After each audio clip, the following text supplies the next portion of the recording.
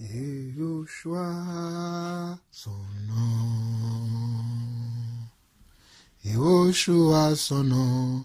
Oui, Yehoshua, son nom. Yehoshua, son nom. Yehoshua, son nom. Oui, Yehoshua, son nom. Emmanuel, son nom. Emmanuel est son nom. Emmanuel, son nom. Oui, Adonai, son nom.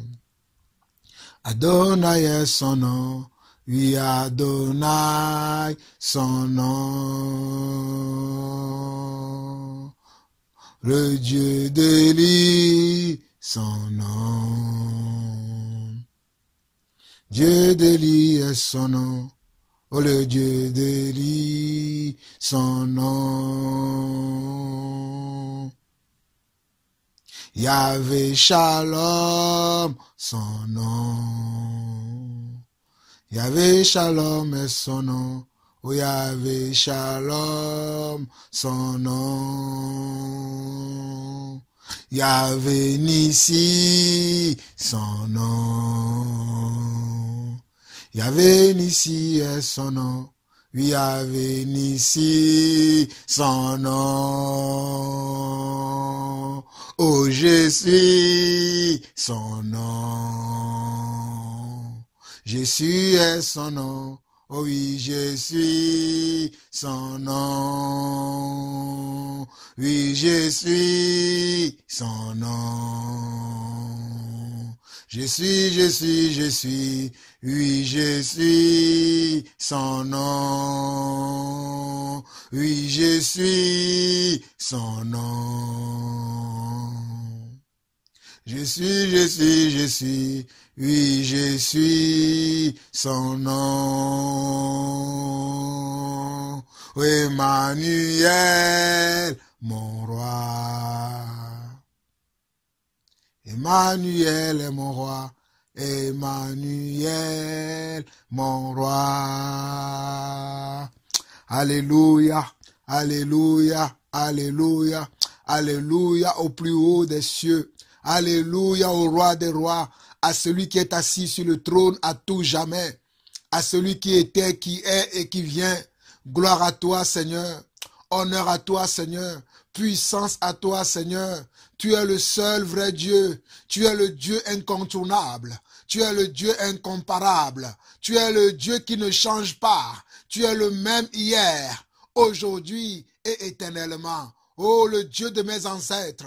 Le Dieu de mon Père, Dieu d'Abraham, d'Isaac et de Jacob, le Dieu qui a dit à Moïse que je m'appelle je suis. Merci encore pour ce temps que tu me donnes. Merci encore pour ce moment que tu permets afin que je puisse communier avec mes frères et sœurs au travers de ce canal que tu m'as donné afin de pouvoir, Seigneur Dieu, partager, Seigneur, tes desseins que tu as mis dans mon cœur. Je bénis, Seigneur Dieu, tous ceux qui suivront cet enseignement. Je les bénis, Papa, et je déclare dans le nom de Jésus-Christ, Seigneur Dieu, qu'ils sont libres, Seigneur. Ils sont libres, Seigneur. Ils sont libres de tout esprit qui domine dans le monde. Et toi-même, tu les conduis nuit et jour. Toi-même, tu les conduis nuit et jour vers de verts pâturages. À toi la gloire, à toi l'honneur, pour des siècles, dans le nom de Jésus-Christ, j'ai ainsi prié. Amen. Frères et sœurs, vous attendez la voix de votre frère Jean-Paul Lawson. Vous me connaissez déjà. Je suis votre frère Jean-Paul Lawson. Je me permets encore aujourd'hui, une fois encore, de venir vous exhorter, de venir vous parler, de venir vous annoncer l'évangile de Dieu. Alors, frères et sœurs, avant de commencer quoi que ce soit, je salue tous mes frères et sœurs dans le monde entier. Je salue ceux de la Belgique, notamment la maman Amélia, la sœur Gertrude, le frère Thierry, la sœur Ami, la sœur Mireille et tous les autres. Je salue aussi également ma sœur Erta depuis Londres. Je salue tous les autres frères qui sont au Gabon, qui sont en Angola. Le frère Afonso en Angola, je te salue. Je n'oublie pas tous les autres frères qui sont en Côte d'Ivoire, qui sont au Togo, qui sont à Lomé, qui sont en Algérie, qui sont au Canada. Le frère Barouani, mon frère, je te salue, je te bénis, mon frère. Sois béni, sois fortifié pour l'œuvre que tu es en train de faire dans le Seigneur. Je n'oublie pas tous les autres frères qui sont aux États-Unis. Je n'oublie pas le frère Jean-Charles Kouadjo des États-Unis. Je ne vous oublie pas. Je salue tous les autres frères. Je ne peux pas à chaque fois énumérer vos noms, mais sachez que lorsque j'envoie mes salutations, je pense à vous toutes, hommes ou femmes, je vous salue. Que la paix et la communion du Saint-Esprit soient notre partage. Alors, avant de commencer, j'aimerais dire à ceux qui nous encouragent que Dieu vous bénisse. J'aimerais dire à ceux qui ne nous encouragent pas aussi que Dieu vous bénisse. Il y en a qui pensent que nous sommes des serviteurs de Dieu. Il y en a qui pensent que nous ne sommes pas des serviteurs de Dieu. Que pour ceux qui pensent, soyez bénis. Ceux qui ne pensent pas aussi, soyez bénis. Ceux qui font des commentaires blessants, ceux qui sont là à nous voir comme si nous étions des malfaiteurs, comme si nous n'étions pas des personnes qui apportent la semence de Dieu dans vos cœurs, qui tiennent des propos non sensés, qui tiennent des propos méchants à notre rencontre. Nous vous bénissons de la part du Seigneur. Recevez la grâce du Seigneur, recevez l'amour du Seigneur, recevez la paix du Seigneur, et que la paix du Seigneur demeure dans vos vies, demeure dans vos foyers et demeure là où vous vous trouvez. Que la paix du Seigneur soit avec vous. Frères et sœurs, sachez que par vos encouragements, nous nous améliorons. Sachez que par vos critiques aussi, nous nous améliorons. Que ceux qui nous encouragent sachent que nous nous améliorons, et ceux qui nous critiquent aussi sachent que par leurs critiques, nous nous améliorons et nous travaillons de plus en plus dur à notre manière de vivre, à notre manière de prêcher l'évangile et à notre manière aussi de marcher dans le Seigneur, grâce à vos commentaires, grâce à vos critiques et grâce à vos encouragements. Nous vous bénissons de la part du Seigneur. Avant de commencer, j'aimerais lire cette parole. J'aimerais lire cette parole que le Seigneur a mis dans mon cœur. C'est une parole que le Seigneur a mis dans mon cœur et cela peut encourager un frère et cela peut aussi encourager une sœur.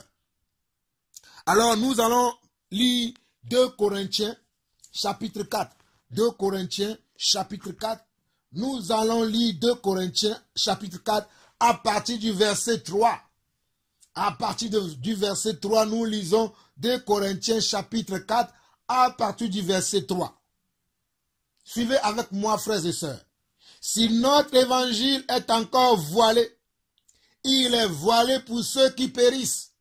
Si notre évangile est encore voilé, il est voilé pour ceux qui périssent, pour les incrédules, dont le Dieu de ce siècle a aveuglé l'intelligence, afin qu'ils ne voient pas briller la splendeur de l'évangile de la gloire de Christ, qui est l'image de Dieu.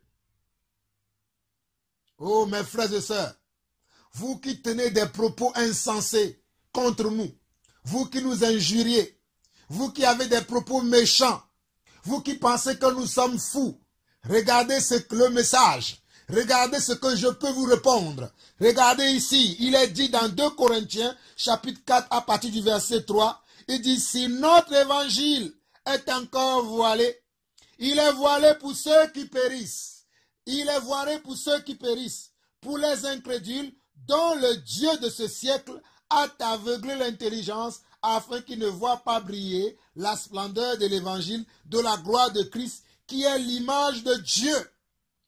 Nous ne nous prêchons pas nous-mêmes, c'est Jésus-Christ le Seigneur que nous prêchons. Sachez cela que nous ne nous prêchons pas nous-mêmes. Qui est Jean-Paul Lawson, un serviteur inutile? Qui est le frère Barouani Enzo? Un serviteur inutile. Qui sommes-nous? Nous sommes des serviteurs inutiles et nous ne nous prêchons pas nous-mêmes, mais c'est Jésus-Christ, c'est Yeshua, Amashia, qui est le Seigneur des Seigneurs, que nous vous annonçons, que nous vous prêchons. Et nous disons, vos serviteurs, à cause de Yeshua, Amashia.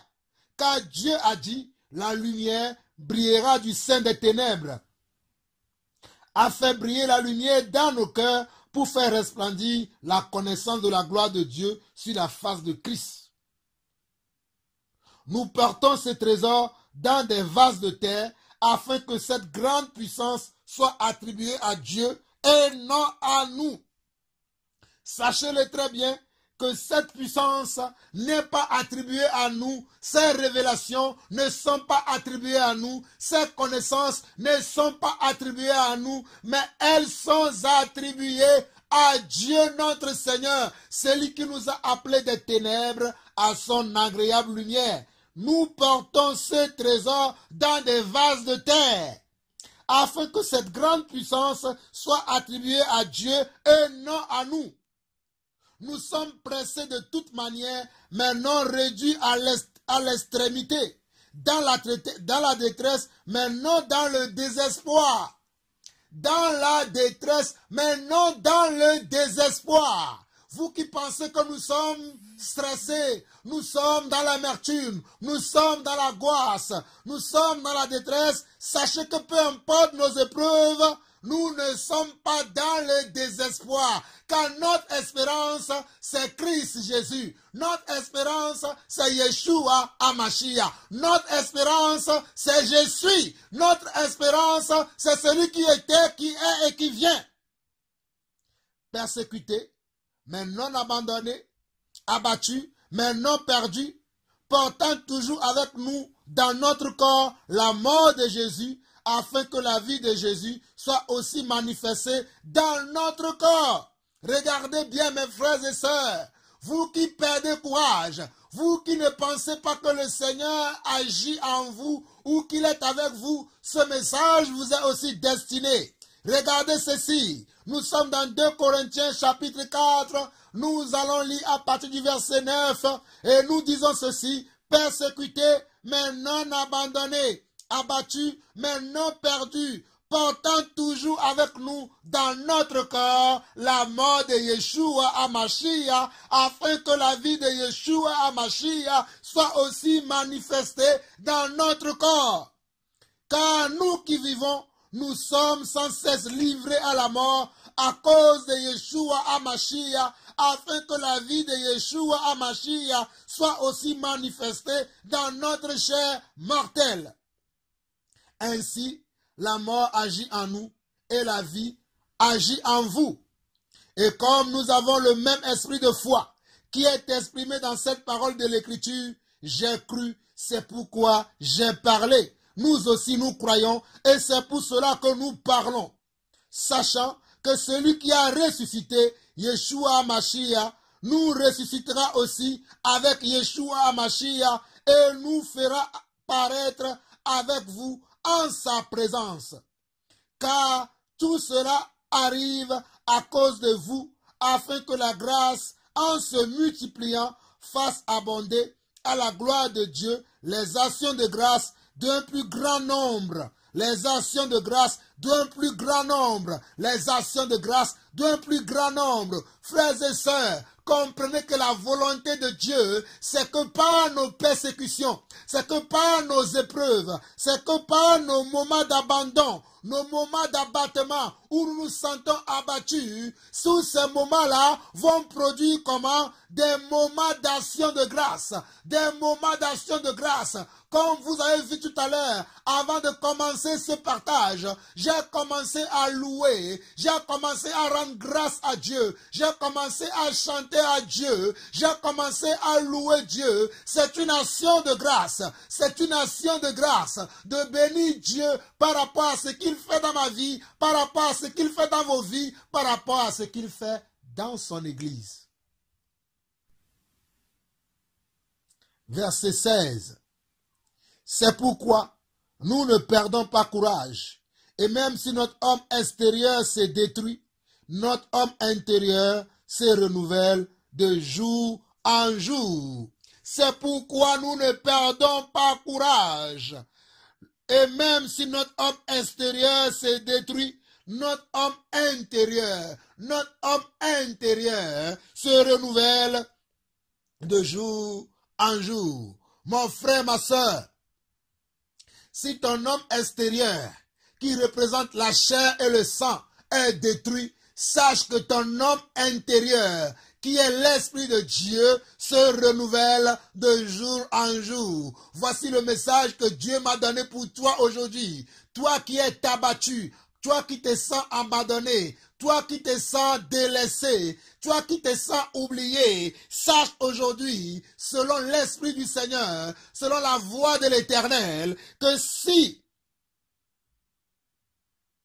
ton homme extérieur se détruit, ton homme intérieur se renouvelle de jour en jour. Et le verset 17 va dire ceci.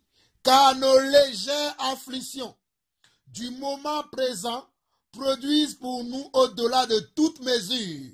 Car nos légères afflictions du moment présent produisent pour nous au-delà de toute mesure un poids éternel de gloire, parce que nous regardons non point aux choses visibles, mais à celles qui sont invisibles, car les choses visibles sont passagères et les invisibles sont éternelles. Oh mes frères et sœurs, je vais vous relire le verset 16 au verset 18 pour encourager quelqu'un qui est abattu, pour encourager quelqu'un qui est persécuté, pour encourager quelqu'un qui est abandonné, pour encourager quelqu'un qui est perdu, pour encourager quelqu'un qui est critiqué, étant dans la vérité, il est critiqué comme s'il était un malfaiteur. Je veux t'encourager, toi mon frère, toi ma soeur, peu importe là où tu te trouves, peu importe les difficultés que tu rencontres, peu importe tes épreuves, peu importe ce qu'on raconte de toi, ce qu'on dit de toi, ce message t'est destiné afin que tu sois encouragé comme moi-même je suis encouragé. C'est pourquoi nous ne perdons pas courage. Et même si notre homme extérieur se détruit, notre homme intérieur se renouvelle de jour en jour. Car nos légères afflictions du moment présent produisent pour nous au-delà de toute mesure un poids éternel de gloire, parce que nous ne regardons point aux choses visibles, mais à celles qui sont invisibles, car les choses visibles sont passagères et les invisibles sont éternelles. Car nous ne regardons point aux choses visibles. Je ne regarde point aux choses visibles. Et je t'encourage, toi mon frère, toi ma soeur qui m'écoute et qui me suit, de ne pas regarder aux choses qui sont visibles. Ne regarde pas aux choses qui sont visibles. Ne regarde pas aux critiques. Ne regarde pas aux propos méchants. Ne regarde pas aux épreuves que tu as. Mais lève les yeux vers la montagne. D'où te viendra le secours? Le secours te viendra de Jésus. Jésus t'apportera le secours. Jésus est notre secours. Celui qui a dit à Moïse, va dire à mon peuple que Jésus t'a envoyé. M'envoie te dire aujourd'hui que Jésus est ton secours. Jésus est ton homme intérieur. Jésus est celui que nous cherchons. Jésus est celui que nous annonçons. Et Jésus est celui que nous prions. Car nos légères afflictions du moment présent produisent pour nous au-delà de toute mesure un poids éternel de gloire, parce que nous ne regardons non point aux choses visibles, mais à celles qui sont invisibles, car les choses visibles sont passagères et les invisibles sont éternelles. Que celui qui a des oreilles pour entendre, entend ce que l'Esprit de Dieu dit à son Église, dit à ses fils et à ses filles. Frères et sœurs, nous allons continuer notre enseignement sur l'appel de Dieu Et aujourd'hui, nous sommes dans la partie 5, si je ne me trompe pas. Dans la partie 5, si je ne me trompe pas, partie 5, nous allons continuer notre enseignement.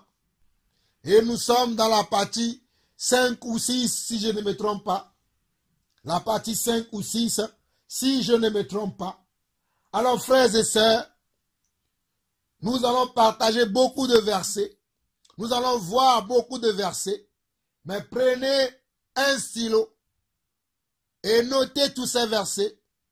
Reméditez-les, reméditez-les, reméditez-les jusqu'à ce que vous compreniez la pensée du Seigneur. Jusqu'à ce que vous saisissez la pensée de Jésus.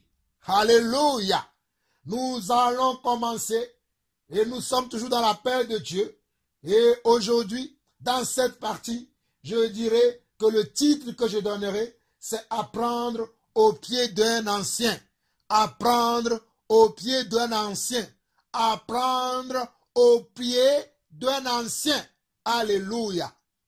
Frères et sœurs, avant de commencer, j'aimerais dire à tous mes frères et sœurs de comprendre que Dieu a appelé, Dieu a établi des anciens dans son Église pour le perfectionnement des saints.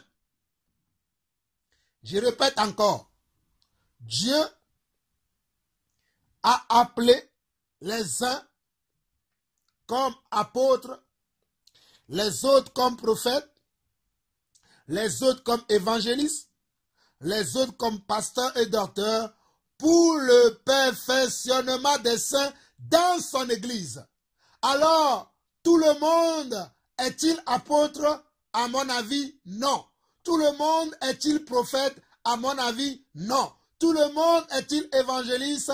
À mon avis, non. Tout le monde est-il pasteur? À mon avis, non. Tout le monde est-il docteur? À mon avis, non. C'est pourquoi, frères et sœurs, vous ne pouvez pas tous enseigner la parole de Dieu. Cela est donné uniquement aux anciens, aux évêques, aux surveillants de l'Église, à vos conducteurs. Le Seigneur, selon Éphésiens 4, verset 11, a fait des grâces, a fait des dons à des hommes, afin que ces hommes soient nos conducteurs. Et je fais partie de ces hommes-là. Dieu m'a fait la grâce d'être un apôtre dans son royaume. Et je ne suis pas le seul. Nous sommes des multitudes de personnes à qui Dieu a fait cette grâce-là dans son Église pour que nous puissions apporter comment? L'évangile de paix, l'évangile de grâce, l'évangile de vérité, l'évangile qui sauve, l'évangile qui délivre, l'évangile qui libère, l'évangile qui fait mal à la chair. Dieu nous a fait grâce de prêcher cet évangile-là. Mais tout le monde ne peut pas prêcher cet évangile. Frères et sœurs, j'ai été encore une fois choqué, une fois troublé, lorsque j'étais en mission encore le week-end dernier à Oppenberg en Belgique.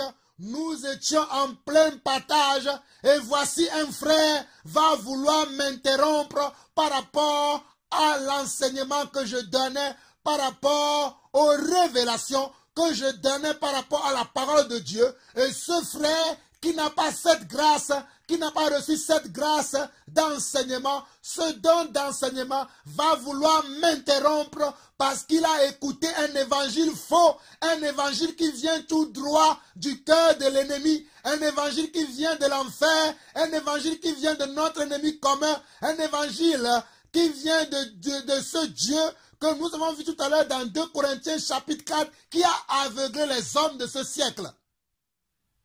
Dans 2 Corinthiens chapitre 4, le verset 3 à 4. 2 Corinthiens chapitre 4, le verset 3 à 4 dit ceci. Si notre évangile est encore voilé, il est voilé pour ceux qui périssent, pour les incrédules dont le Dieu de ce siècle a aveuglé l'intelligence afin qu'ils ne voient pas briller la splendeur de l'évangile de la gloire de Christ qui est l'image de Dieu. Oh, alléluia! Eh, alléluia! Frères et sœurs, regardez encore, si notre évangile est encore voilé, il est voilé pour ceux qui périssent, pour les incrédules dont le Dieu de ce siècle a aveuglé l'intelligence afin qu'ils ne voient pas briller la splendeur de l'évangile de la gloire de Christ qui est l'image de Dieu. Alors, comme je vous disais tantôt, ce frère, pendant notre réunion, pendant que le Seigneur me conduisait à enseigner son peuple, à donner des révélations qui concernent sa parole, malgré que j'ai donné des directives que lorsque nous sommes en assemblée, lorsqu'il y a quelqu'un qui parle, nous devons noter nos questions, nous devons noter comment nos questions et les poser à la fin de l'enseignement ou de l'exhortation ou de l'intervention de celui qui parle. Dans le corps du Christ, lorsque nous sommes réunis en assemblée et qu'il y a quelqu'un qui apporte un message, qui apporte une révélation, qui apporte une exhortation, qui apporte une prophétie, qui apporte peut-être une parole de sagesse ou une parole de connaissance, pour vous les autres qui sont dans l'auditoire, qui sommes assis et qui écoutez les intervenants chacun à son tour, si vous avez une question, vous devez comment le noter et attendre la personne, la fin de l'intervention, la fin de l'enseignement, de l'exhortation ou de la prophétie avant de dire quoi que ce soit. Mais ce frère n'a pas obéi à la parole de Dieu et en pleine réunion, le frère va m'interrompre. Et par la sagesse de Dieu, je vais dire au frère, garde ta question pour la fin et tu me poseras ta question à la fin. Et pourquoi il y a ce genre de comportement? Mes frères et sœurs, il y a ce genre de comportement dans l'église parce qu'il y a eu des enseignements erronés. Il y a eu des enseignements comment? Des enseignements erronés qui viennent comment? Des pasteurs bricoleurs. Des enseignements erronés qui viennent comment? De pasteurs bricoleurs. C'est pour ça que les frères, dans des réunions comme ça, les frères vont avoir ce genre de comportement qui est comment? Qui est une désobéissance vis-à-vis de Dieu et vis-à-vis comment? De la présence de Dieu dans nos assemblées. C'est une désobéissance. C'est un manque de respect. C'est un manque de comment? De respect. Lorsque quelqu'un parle et on le coupe, c'est un manque de respect. Et comme je vous disais, non seulement ce frère m'a coupé, mais ce frère n'avait même pas la vérité dans ce qu'il disait. Il avait comment? Il avait embrassé un autre évangile. Il avait embrassé un autre évangile. Il n'a pas embrassé l'évangile de Yeshua à Mashiach. Il a embrassé un autre évangile. Cet évangile qui dit que Jésus-Christ n'est pas Dieu le Père. C'est cet évangile-là que lui, il a embrassé. C'est pour cela qu'il ne pouvait pas supporter le message que j'apportais. Et il était obligé de s'énerver en plein culte. En plein partage, le frère va s'énerver. Frères et sœurs, qu'il n'en soit pas ainsi au milieu de nous. Lorsque vous êtes en assemblée, soyez soumis à vos conducteurs. Je ne parle pas pour moi tout seul, je parle pour tous ceux-là qui vous enseignent, pour tous ceux-là qui vous encadrent, pour tous ceux-là qui vous enseignent la parole de Dieu. Soyez soumis à ces personnes-là, soyez soumis à ces hommes-là. Si même vous avez des suggestions ou des objections à faire, laissez les personnes aller au bout de leurs enseignements, au bout de leurs révélations, au bout de leurs exhortations, et après, vous pouvez leur poser toutes vos questions. Mais n'interrompez pas les gens en plein partage, en plein enseignement, en plein comment, en pleine exhortation. Cela est un manque de connaissance, cela est un manque de révérence, cela est un manque comment, de respect vis-à-vis de vos conducteurs. Et cela, Dieu peut comment? Dieu peut vous frapper par rapport à cela. Dieu peut vous frapper. Allez voir dans l'Ancien Testament, lorsque les gens se moquaient de Moïse, lorsque Corée et Dathan parlaient contre Moïse, murmuraient contre Moïse, vous savez ce qui s'est passé? La terre s'est ouverte. Dieu a fait ouvrir la terre. Vous savez que la terre a une bouche? Allez lire. Dans le livre de Nombre, vous allez voir cela. La terre s'est ouverte et la terre a englouti ces hommes méchants qui conspiraient contre comment? Le serviteur de Dieu qui est Moïse. Alors, frères et sœurs, je vous en supplie, lorsque vous êtes en assemblée et qu'il y a un frère ou une sœur qui parle, laissez le frère aller jusqu'au bout de son enseignement, de son partage, de sa révélation. Même si vous n'êtes pas d'accord avec ce que le frère dit ou la sœur dit, laissez-le aller jusqu'au bout et après, vous prendrez aussi la parole à votre tour et vous donnerez ce que vous avez à dire pour corriger ou pour ajuster ou pour ajouter à ce que le frère ou la sœur a dit. Mais n'interrompez pas la personne en plein partage. Cela ne vient pas de Dieu. Cela ne vient pas de Dieu. Alors, comme je vous disais, que nous allons apprendre comment, au pied, l'enseignement d'aujourd'hui, c'est apprendre au pied d'un ancien. Et nous sommes toujours dans l'appel. Et comme je vous disais, cet avertissement que je viens de donner, c'est pour l'Église en général. Mais nous continuons maintenant dans le partage du jour, l'enseignement du jour. Nous allons commencer aujourd'hui avec Luc chapitre 9. Luc chapitre 9. Luc chapitre 9. Alléluia. Nous commençons avec Luc chapitre 9. Luc chapitre 9.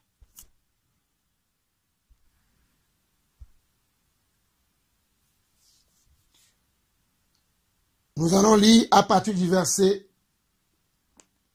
1 à 9. Luc chapitre 9 à partir du verset 1 à 9. Jésus, ayant appelé les 12, leur donna force et pouvoir sur tous les démons avec la puissance de guérir les maladies. Il les envoya prêcher le royaume de Dieu et guérir les malades. Ne prenez rien pour le voyage, leur dit-il, ni bâton, ni sac, ni pain, ni argent, et n'ayez pas 2 tuniques. Dans quelque maison que vous y entrez, restez-y, et c'est de là que vous partirez. Et si les gens ne vous reçoivent pas, sortez de cette ville et secouez la poussière de vos pieds en témoignage contre eux. Ils partirent et ils allèrent de village en village, annonçant la bonne nouvelle et opérant partout des guérisons. Hérode le tétrarque entendit parler de tout ce qui se passait et il ne savait que penser.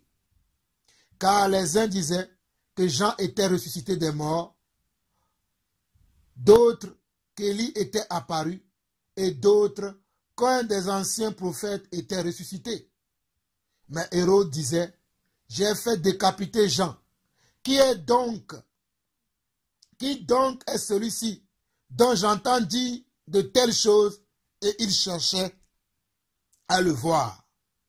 Frères et sœurs, vous allez me dire qu'est-ce que le frère Jean-Paul essaie de nous dire par là. J'essaie de vous dire par là que Jésus était comment? Était un ancien. C'est le plus ancien des anciens. Sachez même que la Bible l'appelle l'ancien des jours. Celui qui n'a ni commencement ni fin. Il n'a ni généalogie. C'est lui l'ancien des jours. C'est lui le plus ancien des anciens. C'est lui notre conducteur. C'est lui notre souverain berger, notre souverain pasteur, notre souverain sacrificateur. Donc nous voyons que notre souverain berger, Jésus-Christ, lui-même, a choisi comment? Des disciples pour comment? Pour les encadrer. Pour les encadrer, pour les enseigner, afin que ces disciples aussi soient comment? Soit dans la connaissance, soit comment? Instruits selon la sagesse de Dieu, selon l'intelligence de Dieu et non selon l'intelligence des hommes. Le Seigneur Jésus-Christ, le Seigneur Yeshua HaMashiach, qui est le souverain berger, va choisir comment?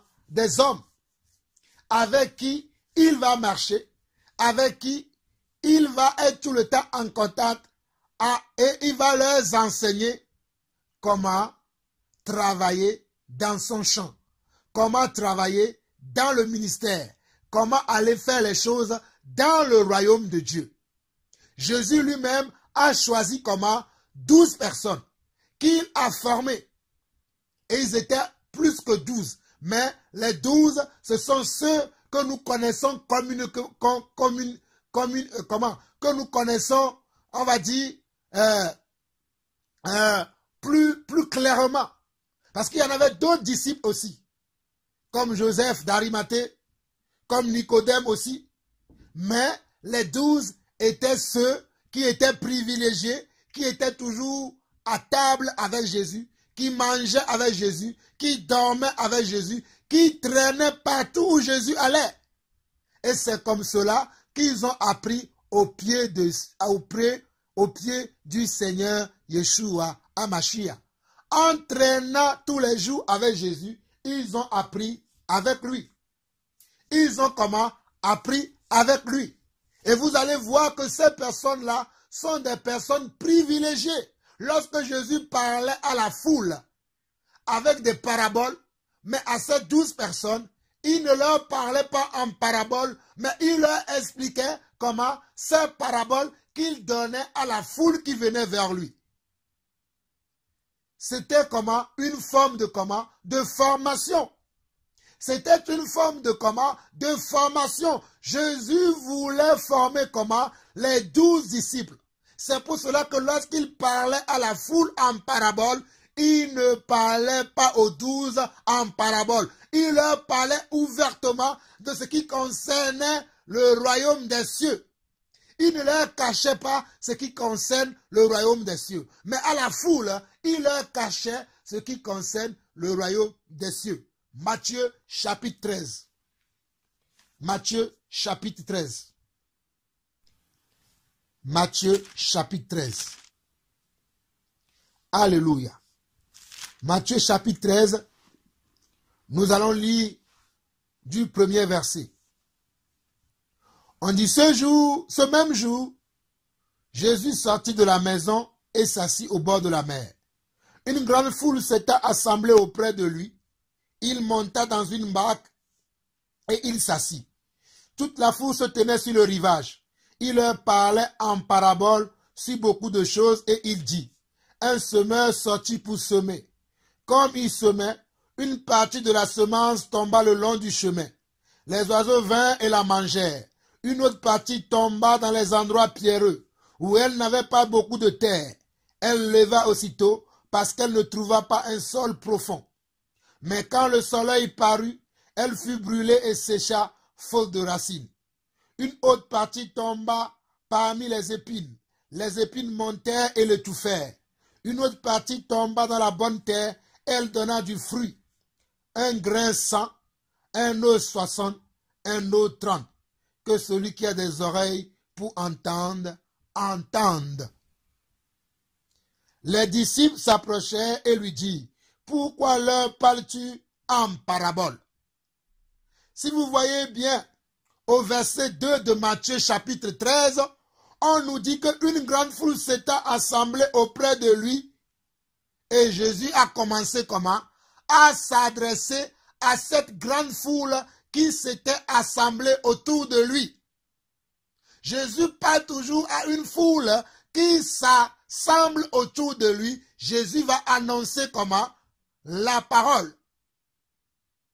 Et là, au verset 10, les 12, qui étaient ceux qui sont privilégiés, qui étaient ceux qui apprenaient au pied de Jésus, qui étaient ceux qui avaient comme modèle Jésus-Christ, ceux qui avaient comme comment? Modèle. Ceux qui avaient comme comment? Leur manager, leur chef d'entreprise, leur patron, Jésus-Christ, ils vont leur poser cette question. Dans le verset 10 de Matthieu chapitre 13, ils vont dire ceci. Pourquoi leur parles-tu en parabole? Et regardez la réponse de Jésus à partir du verset 11.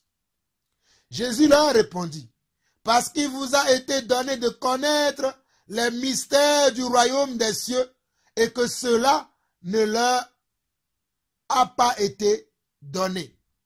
Jésus leur répondit, parce qu'il vous a été donné de connaître les mystères du royaume des cieux et que cela ne leur a pas été donné. Frères et sœurs, vous pouvez lire la parole de Dieu. Vous pouvez même écouter la parole de Dieu. Vous pouvez même suivre nos enseignements. Mais si cela ne vous a pas été donné des cieux, de comprendre la parole de Dieu, vous ne comprendrez jamais. Vous allez toujours vous énerver contre nous. Vous allez toujours vivre dans la frustration. Vous allez toujours nous critiquer parce que cela ne vous a pas été donné des cieux de comprendre la parole de Dieu. Cela ne vous a pas été donné de comprendre la parole de Dieu. Cela ne vous a pas été donné. Car il y a un don qui vient du ciel. Il y a un don qui vient du ciel. Il y a un nom. Ce nom vient du ciel. Ce nom fait des merveilles. Ce nom, c'est Jésus. Il y a un nom. Ce nom vient du ciel. Ce nom fait des merveilles. Ce nom, c'est Jésus. Il y a un nom. Ce nom vient du ciel. Ce nom fait des merveilles. Ce nom, c'est Jésus. Il y a un nom. Ce nom vient du ciel. Ce nom fait des merveilles. Ce nom vient du ciel. En ce nom, les aveugles voient. En ce nom, les lépreux sont purs. En ce nom, oh alléluia. Il y a un nom qui vient du ciel, frères et sœurs. Il y a un nom qui vient du ciel. Ce nom fait des merveilles. Même si j'ai ma voix qui est cassée, même si je ne suis pas un bon chanteur, j'aimerais vous dire qu'il y a un nom qui vient du ciel. Oh, en ce nom, les aveugles voient. Oh, en ce nom, les lépreux sont purs. Ce nom, c'est Jésus.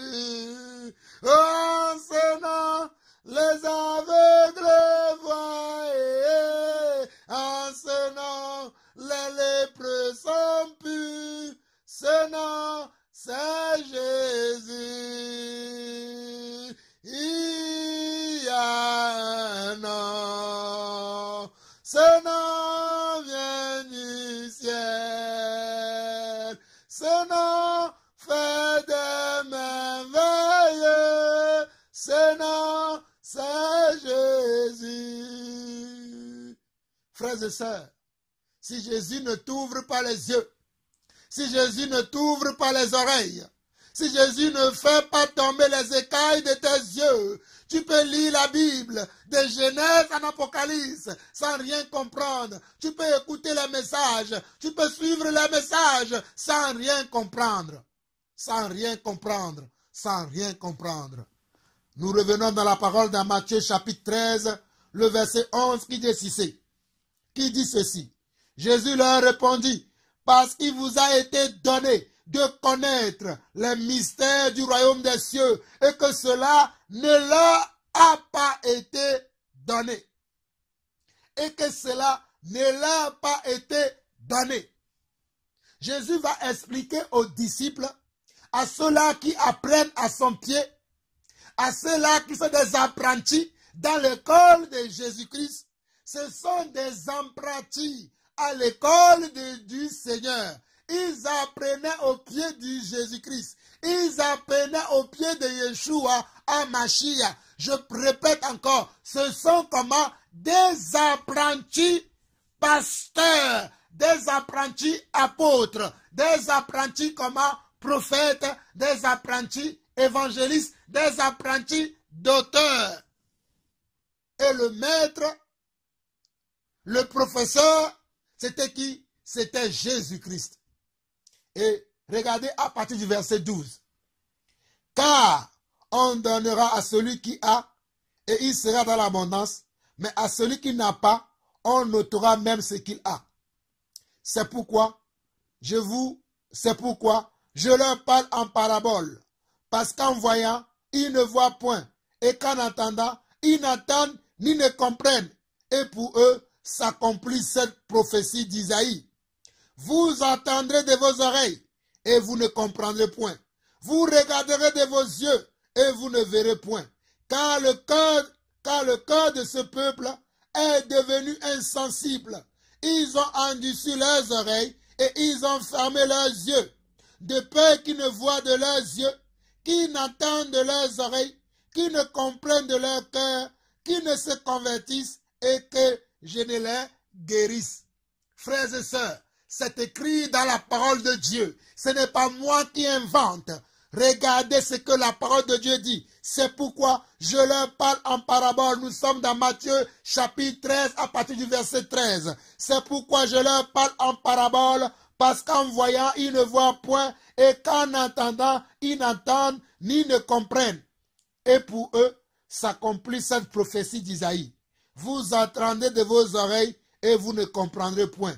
Vous regarderez de vos yeux, et vous ne verrez point. Car le cœur de ce peuple est devenu insensible. Ils ont endurci leur cœur, et ils ont fermé leurs yeux, de peur qu'ils ne voient de leurs yeux, qu'ils n'entendent de leurs oreilles, qu'ils ne comprennent de leur cœur, qu'ils ne se convertissent, et que je ne les guérisse.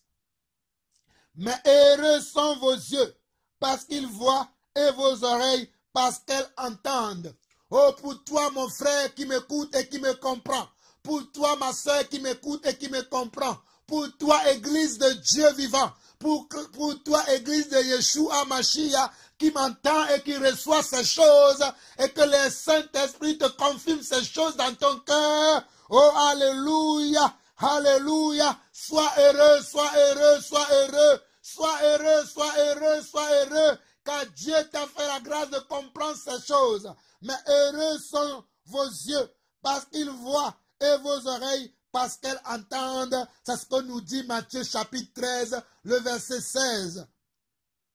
Mais heureux sont vos yeux, parce qu'ils voient, et vos oreilles, parce qu'elles entendent. Verset 17, je vous le dis en vérité. Beaucoup de prophètes et de justes ont désiré voir ce que vous voyez, et ne l'ont pas vu. Je vous le dis en vérité. Beaucoup de prophètes et de justes ont désiré voir ce que vous voyez et ne l'ont pas vu. Entendre ce que vous attendez et ne l'ont pas entendu. Je vous le dis en vérité. Beaucoup de prophètes et de justes ont désiré voir ce que vous voyez et ne l'ont pas vu. Entendre ce que vous attendez et ne l'ont pas entendu. Vous donc écoutez ce qui signifie la parole du semeur. Vous donc écoutez ce que signifie la parole du semeur. Lorsqu'un homme écoute la parole du royaume et ne la comprend pas, le malin vient et enlève ce qui a été semé dans son cœur. Le malin vient et enlève ce qui a été semé dans son cœur. Cet homme est celui qui a reçu la semence le long du chemin. celui qui a reçu la semence dans les endroits pierreux, c'est celui qui entend la parole et la reçoit aussitôt avec joie. Mais il n'a pas de racine en lui-même. Il croit pour un temps et des temps, et dès que survient une tribulation ou une persécution à cause de la parole, il y trouve une occasion de chute.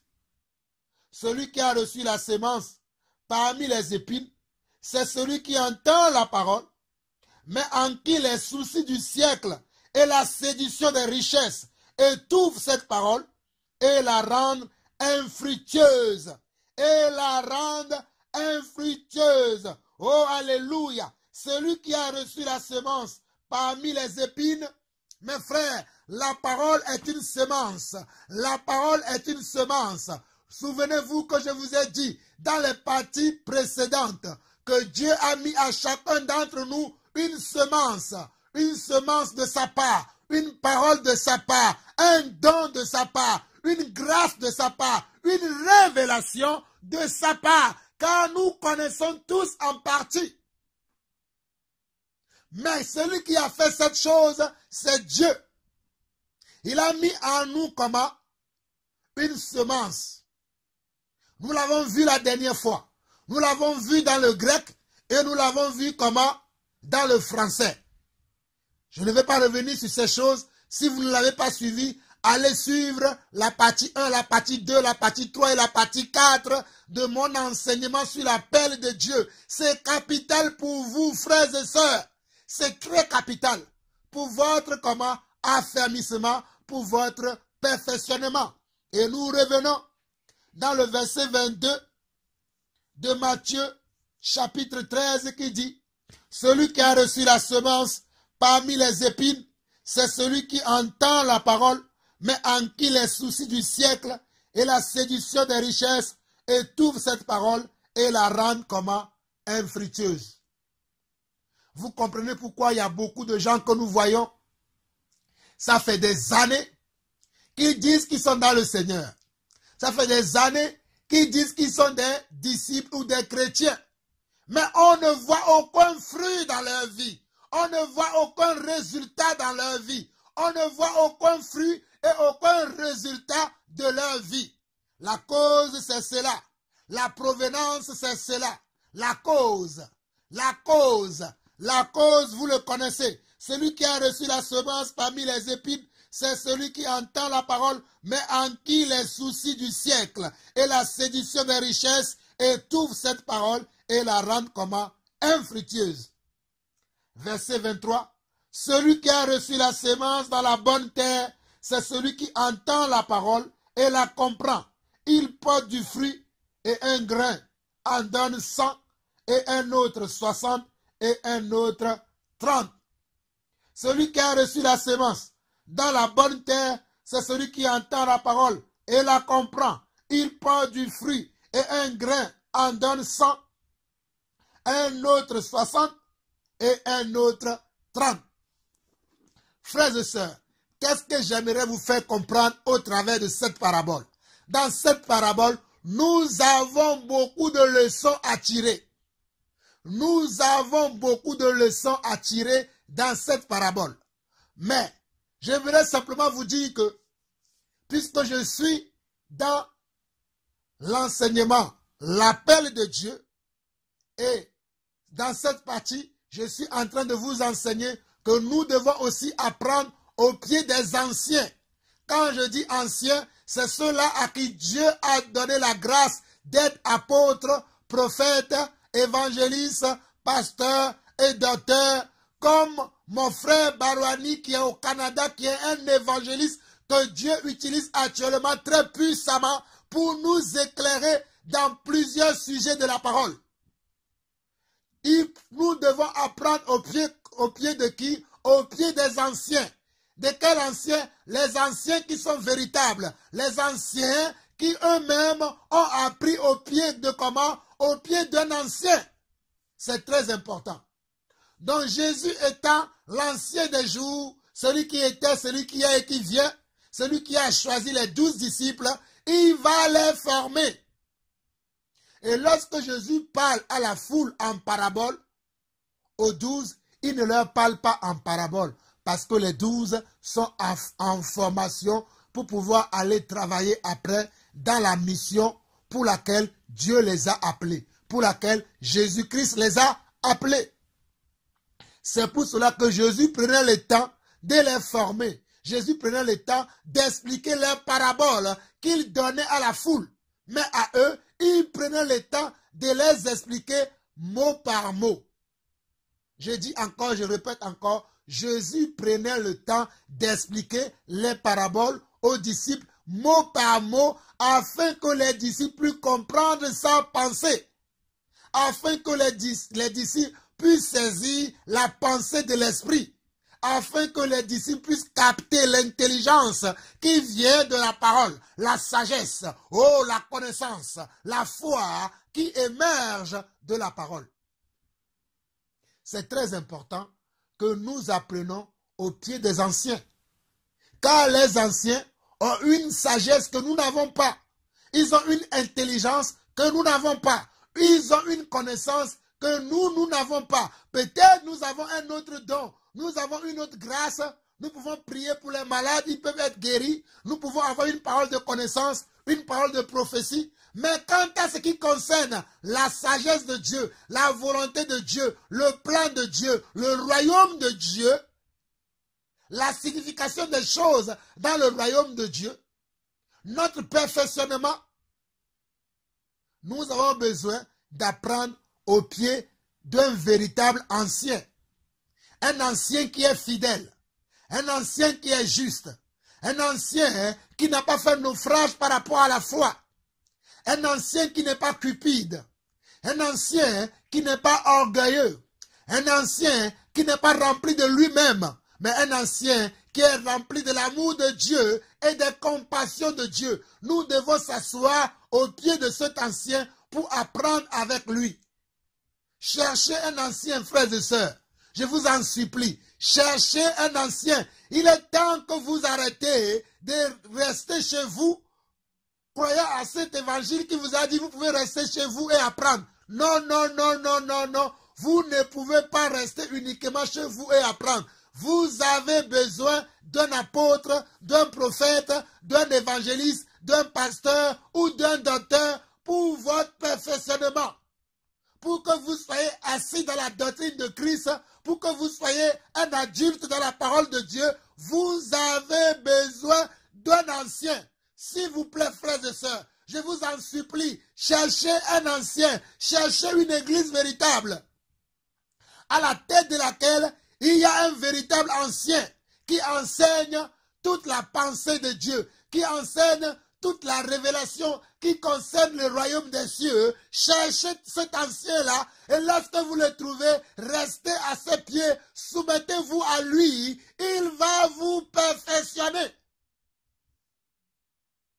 Mes frères, j'insisterai et j'insisterai encore. Lorsque vous priez le Seigneur, que Dieu vous montre cet ancien, qu'il soit apôtre, qu'il soit prophète, qu'il soit évangéliste, qu'il soit pasteur ou docteur, restez demeurés à ses pieds pour apprendre. Priez pour lui afin que Dieu lui révèle de nouvelles révélations pour vous, afin que Dieu lui donne de la sagesse, afin que lorsque cet ancien ouvre la bouche, qu'il vous annonce comment le royaume des cieux, qu'il vous annonce comment le royaume des cieux. C'est important, frères et sœurs, que vous appreniez au pied d'un ancien. C'est très capital. Vous ne pouvez pas rester chez vous en face de vos ordinateurs ou bien sur les réseaux sociaux. C'est bien les réseaux sociaux, mais il faut avoir une communion avec un ancien, une communion fraternelle, où vous avez un ancien qui vous reçoit, il vous conseille, il vous parle, il vous dirige selon la volonté de Dieu. Que celui qui a des oreilles pour entendre, entend ce que l'Esprit dit à son Église. Il est temps que vous ayez peur que tout le monde est dans le faux. Il est temps que vous arrêtez. N'ayez pas peur. Tout le monde n'est pas un faux prophète, un faux apôtre, un faux évangéliste, un faux pasteur, ni un faux docteur. S'il y en a des faux, il y en a aussi des vrais. Allez trouver les vrais. Il est temps que vous trouviez un vrai apôtre, un vrai prophète, un vrai évangéliste, un vrai pasteur et docteur, et vous l'assistez, vous restez à ses pieds pour apprendre à connaître Dieu. Il est temps, il est temps, il est temps, il est temps, il est temps, il est temps. It is the time, it is the time. Ok. 1 Corinthiens chapitre 11. 1 Corinthiens chapitre 11. 1 Corinthiens chapitre 11. 1 Corinthiens chapitre 11 dit ceci. Nous allons lire simplement le premier verset de 1 Corinthiens chapitre 11. Le premier verset de 1 Corinthiens chapitre 11. L'apôtre Paul dit ceci dans 1 Corinthiens chapitre 11. L'apôtre Paul nous dit ceci. Il dit, imitez-moi. Bon, on peut lire plus haut, comme ça vous allez mieux comprendre. Il dit, soyez mes imitateurs, comme je le suis moi-même de Christ. 1 Corinthiens chapitre 11, le verset 1, l'apôtre Paul dit, soyez mes imitateurs, comme moi-même je le suis de Christ. Soyez mes imitateurs, comme moi-même je le suis de Christ. L'apôtre Paul va enseigner aux Corinthiens de faire quoi? De l'imiter. De imiter Paul. Parce que Paul lui-même imite comment? Imite Christ. C'est pour cela que je vous disais tantôt que vous avez besoin de comment? D'être encadré. D'être suivi par un ancien. Un véritable comment? Un véritable ancien.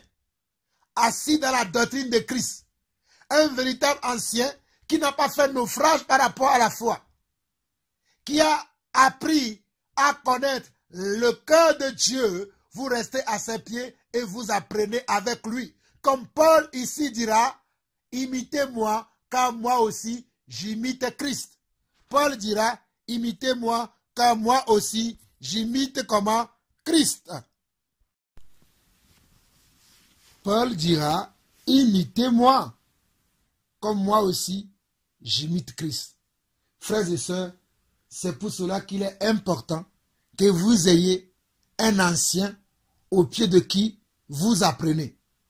Je sais qu'il y a beaucoup de gens qui ont enseigné que nous ne pouvons pas avoir des conducteurs spirituels, des modèles spirituels, des exemples spirituels à suivre. Non, nous devons avoir des exemples spirituels à suivre parce que cela est un plan de Dieu. Cela vient de Dieu. Jésus a été le modèle spirituel pour les apôtres. Les apôtres ont été les modèles spirituels pour nos anciens pasteurs, ceux qui ont amené l'évangile jusqu'à nous. Donc nous comprenons que c'est important d'avoir un modèle spirituel. Je ne suis pas en train ici de parler de quelqu'un que vous appelez papa, c'est comme si c'est lui qui détient votre vie. Non. Je suis ici en train de vous parler d'un modèle. Un modèle que vous devez avoir. Un modèle en Christ. Moi, j'ai un modèle en Christ. Nous devons tous avoir des modèles en Christ. Un modèle, quelqu'un que vous devez imiter. Et vous devez sentir en cette personne que cette personne imite qui? Imite Jésus-Christ. Si vous ne sentez pas l'imitation de Jésus-Christ dans la vie de cette personne, vous êtes au mauvais endroit avec la mauvaise personne. Si vous ne sentez pas que cette personne imite véritablement Jésus-Christ, je suis désolé, frères et sœurs, vous êtes au mauvais endroit avec la mauvaise personne. Mais lorsque vous trouverez une personne qui imite véritablement Jésus-Christ, là vous êtes au bon endroit avec la bonne personne. Allons dans Philippiens chapitre 2. Philippiens chapitre 2. Philippiens chapitre 2.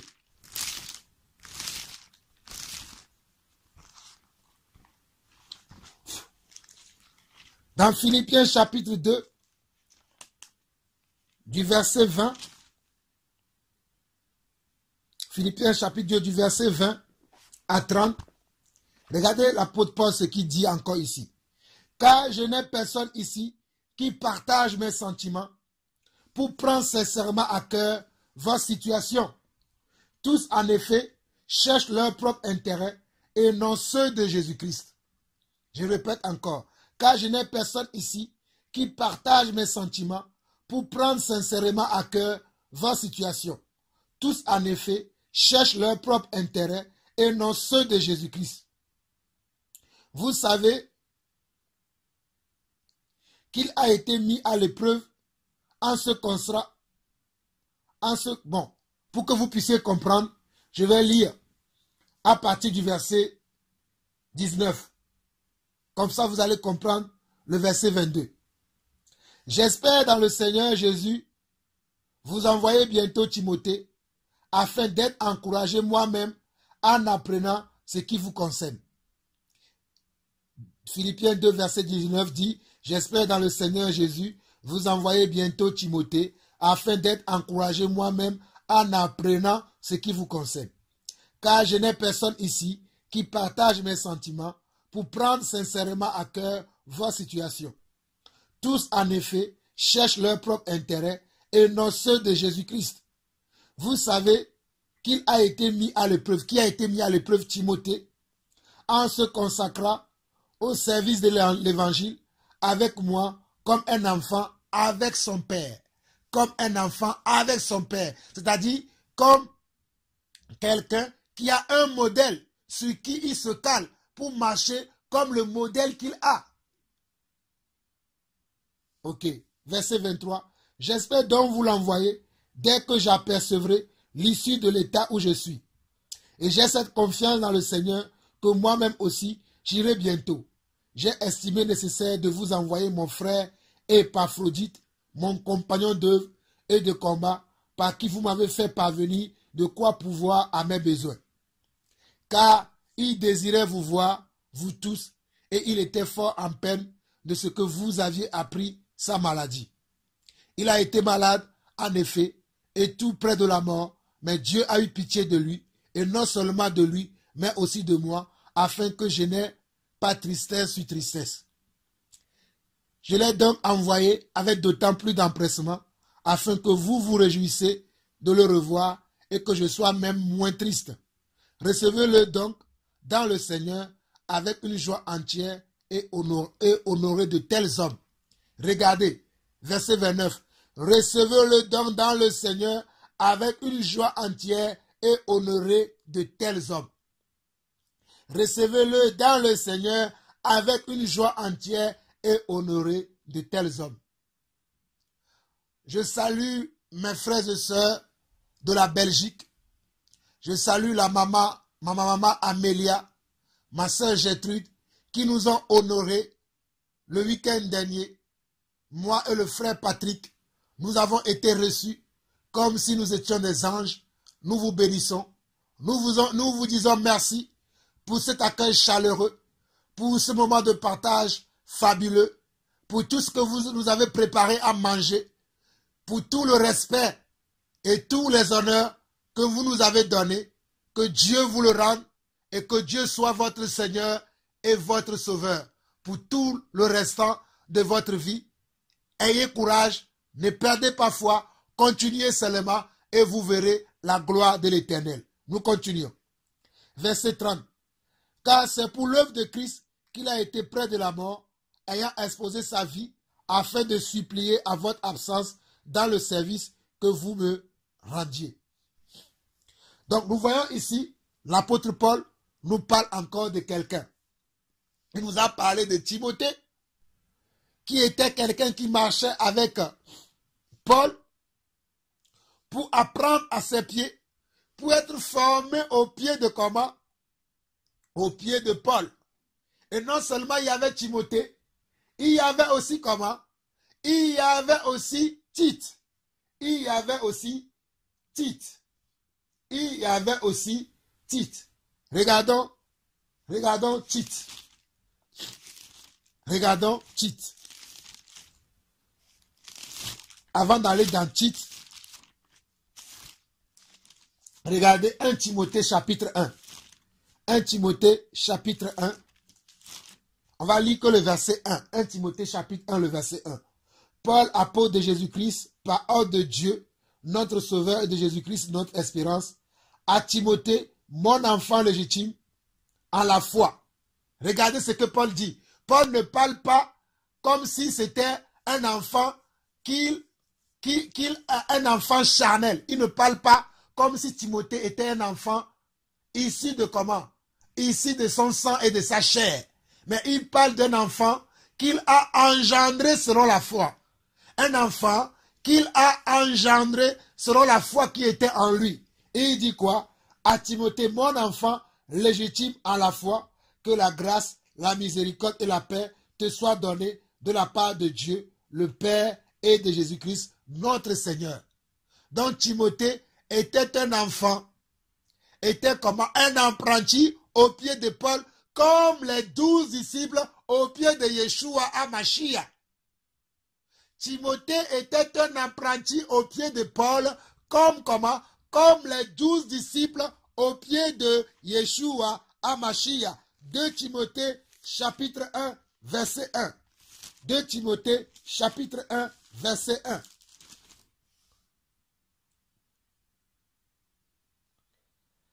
Paul, apôtre de Jésus-Christ par la volonté de Dieu, pour annoncer la promesse de la vie qui est en Jésus-Christ. À Timothée, mon enfant bien-aimé, que la grâce, la miséricorde et la paix te soient données de la part de Dieu le Père et de Jésus-Christ, notre Seigneur.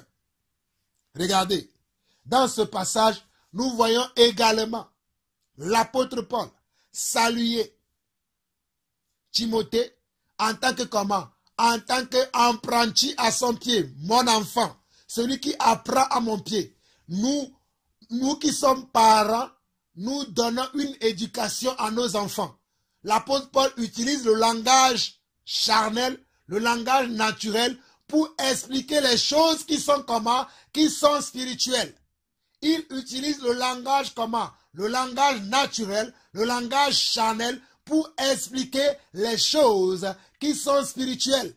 Les choses qui sont spirituelles, nous sommes obligés de les expliquer comment? Avec le langage charnel, afin que vous puissiez comprendre. C'est pour cela que l'apôtre Paul puisse écrire ou bien peut se permettre de dire que Timothée était son enfant. Non pas un enfant charnel, selon la chair et le sang, mais un enfant spirituel. Un enfant qui le suit pas à pas. Un enfant qui le voit comme modèle. Un enfant qui le voit comme un exemple à suivre. Un enfant qui le voit comme un modèle à imiter. Tite, chapitre 1. Tite, chapitre 1. Paul, apôtre de Dieu et apôtre de Jésus-Christ, pour la foi des élus de Dieu et la connaissance de la vérité qui est selon la piété, lesquels reposent sur l'espérance de la vie éternelle, promise avant tous les siècles par le Dieu qui ne ment point, et qui a manifesté sa parole en son temps par la prédication qui m'a été confiée d'après l'ordre de Dieu, notre Sauveur, à titre, mon enfant, à titre, mon enfant, à titre, mon enfant légitime en notre commune foi. Pourquoi l'apôtre Paul se permettait d'appeler Tite son enfant? Son enfant comment? Par rapport à la foi. Par rapport à la foi, que ce soit Timothée, que ce soit Tite, que ce soit Épaphrodite, que ce soit Sylvain, ce sont des enfants spirituels. Des enfants par rapport à la foi que l'apôtre Paul a engendré. Et ces personnes apprenaient au pied de l'apôtre Paul. Ils imitaient Paul. C'est-à-dire, si Paul arrivait à un endroit, devait agir d'une manière, si Timothée aussi venait, il va agir de la même manière. Si Tite venait, Tite aussi va agir de la même manière. C'est ce que cela veut dire. Nous devons avoir comment des modèles dans le royaume de Dieu. Nous devons avoir des exemples à imiter. Nous devons avoir des anciens comme modèles. Des anciens qui sont apôtres, prophètes, évangélistes, pasteurs et docteurs à imiter. Nous ne pouvons pas rester seuls. Nous devons imiter les anciens, ceux-là qui nous ont dévancés, ceux-là qui ont reçu une grâce de la part du Seigneur, ceux-là qui ont reçu un don de la part du Seigneur pour nous encadrer, pour nous enseigner, pour nous perfectionner. C'est ceux-là que nous devons imiter. Au lieu d'imiter le monde, au lieu d'imiter ceux-là qui sont des faux, imiter ceux qui sont des vrais. Imitez les vrais, imitons les vrais serviteurs de Dieu. S'il vous plaît, frères et sœurs, je vous en supplie, il est temps que nous imitons les vrais serviteurs de Dieu. Il est temps, il est temps. It is the time, it is the time, it is the time. Il est temps que nous imitons les vrais serviteurs de Dieu. Et comme je vous expliquais tout à l'heure, que cela est très important et très capital d'imiter comment un ancien, d'apprendre au pied d'un ancien, d'être au service d'un ancien, comme dans l'ancienne alliance. Si vous lisez Exode, chapitre 18, vous allez voir que Moïse avait choisi comment des anciens qui vont apprendre à ses pieds. Si vous regardez dans Lévitique 6, le verset 1 à 2, je vais vous lire ça, Lévitique 6, le verset 1 à 2. Lévitique, alléluia. Ce qui a été, c'est ce qui est, et c'est ce qui sera. Ce qui a été, c'est ce qui est, et c'est ce qui sera. Il n'y a rien de nouveau sur le soleil. Ce qui a été, c'est ce qui est, et c'est ce qui sera. Si nous regardons Lévitique 1, Lévitique chapitre 6, le verset 1 à 2. L'Éternel parla à Moïse et dit, donne ce ordre à Aaron et à ses fils et dit, voici la loi de l'Holocauste. L'Holocauste restera sur le foyer de l'autel toute la nuit jusqu'au matin et le feu brûlera sur l'autel. Je relis encore pour vous. Lévitique chapitre 6, le verset 1 à 2. L'Éternel parla à Moïse et dit, donne cet ordre à Aaron et à ses fils et dit, voici la loi de l'Holocauste. L'Holocauste restera sur le foyer de l'autel toute la nuit jusqu'au matin et le feu brûlera sur l'autel.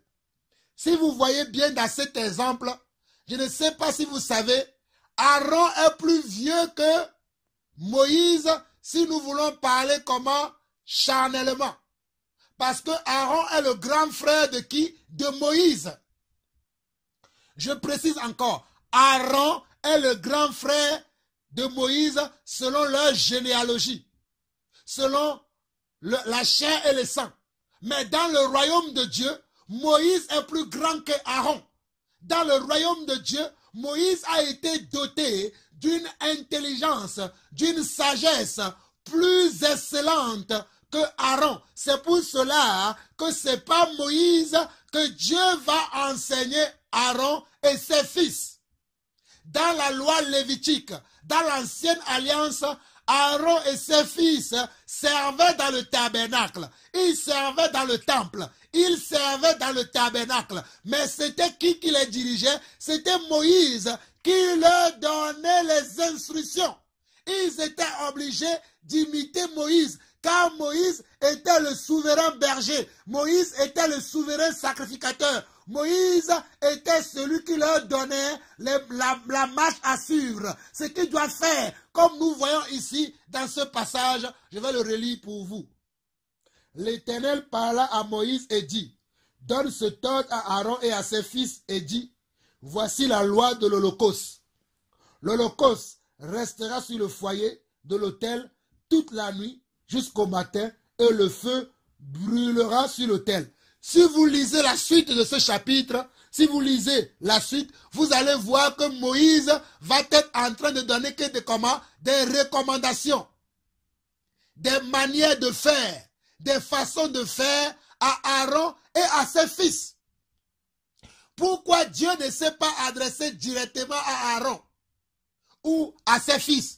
Mais il va s'adresser à qui? Il va s'adresser à son serviteur, à son oint, à celui qu'il a choisi. Celui qu'il a choisi, c'était Moïse. Celui à qui il a confié une mission, c'était Moïse. Pourquoi il ne va pas parler directement à Aaron? Mais il va parler à qui? Il va parler à Moïse, parce que c'est Moïse qui devait apporter les éclaircissements. C'est Moïse qui devait donner les directives, la direction, la voie à suivre. Comme dans le corps du Christ aujourd'hui, comme dans la nouvelle alliance aujourd'hui, Dieu va choisir 5 types de personnes. Selon Ephésiens 4, à partir du verset 10 jusqu'au verset, vous lirez vous-même. Ephésiens 4, à partir du verset 10, Dieu va choisir des hommes à qui il va donner des dons. On va les appeler les uns comme apôtres, les autres comme prophètes, les autres comme évangélistes, pasteurs et docteurs, pour le perfectionnement des saints, jusqu'à ce que nous parvenions tous à l'unité de la foi, jusqu'à ce que nous ayons une foi commune. Il nous faut d'être soumis à un ancien, non pas n'importe qui comme ancien, mais un véritable ancien. Priez le Seigneur que Dieu vous révèle que la personne que vous suivez, si c'est un véritable ancien. Priez le Seigneur afin que Dieu vous révèle si cette personne-là est un véritable ancien. Priez que Dieu vous révèle si Jean-Paul Lawson est un véritable ancien. Priez que Dieu vous révèle si mon frère Barouani Enzo est un véritable ancien. Priez pour que Dieu vous révèle si tout cela que vous écoutez sur Internet, si tout cela que vous suivez sur Internet, s'ils sont des véritables anciens. Et si Dieu vous le montre qu'ils sont des véritables anciens, que ceux-là qui sont sur Internet ou que nous ne voyons pas sur Internet, peu importe là où sont ces personnes, soumettez-vous à eux, apprenez à leurs pieds. Lévitique chapitre 8. Lévitique chapitre 8, nous voyons encore du verset 1 au verset 2. L'Éternel parla à Moïse et dit, prends Aaron et ses fils avec lui, les vêtements, l'huile d'onction, le taureau expiatoire, les 2 béliers et la corbeille de pain sans levain, et convoque toute l'assemblée à l'entrée de la tente d'assignation. Moïse fit ce que l'Éternel lui avait ordonné, et l'assemblée se réunit à l'entrée de la tente d'assignation. Moïse dit à l'assemblée, voici ce que l'Éternel a ordonné de faire. Moïse fit approcher Aaron et ses fils, et il les lava avec de l'eau. Moïse fit comment? Moïse fit approcher Aaron et ses fils, et il les lava avec de l'eau. Il mit à Aaron la tunique et le ceintre de la ceinture. Il le revêtit de la robe et il plaça sur lui l'éphod qu'il serra avec la ceinture de l'éphod dont il le revêtait, dont il le revêtit. Après vous-même, vous lirez la suite. C'est juste, j'ai pris ces quelques passages, il y en a beaucoup. Il y en a beaucoup. Si vous regardez dans 1 Samuel, chapitre 3, vous allez voir que le prophète Samuel va apprendre au pied du sacrificateur Élie. 1 Samuel, chapitre 3. 1 Samuel, chapitre 3, vous allez voir que le prophète Samuel, qui a été l'un des meilleurs prophètes, il a appris au pied du prophète Élie.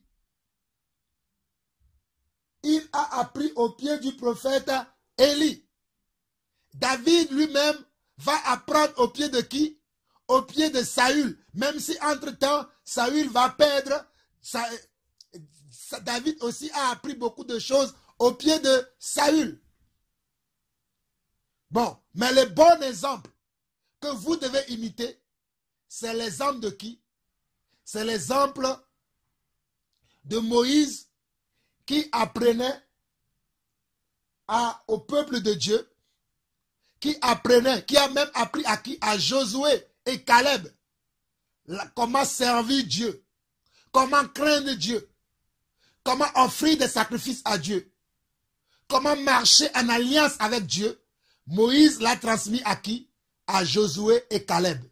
Et vous allez voir dans Deutéronome chapitre 30, le verset 14 et le verset 22, lorsque Moïse va être sur le point de partir, Dieu va prendre qui? Dieu va prendre Josué, parce que Josué a appris avec qui? Avec Moïse. Parce que Josué a appris avec qui? Et Josué a appris avec Moïse. Frères et sœurs, il est capital que vous appreniez au pied d'un ancien véritable. Oh, je crie, je crie, je crie. Je ne me tairai pas. Je vous le dirai, dirai que vous devez apprendre au pied d'un ancien véritable,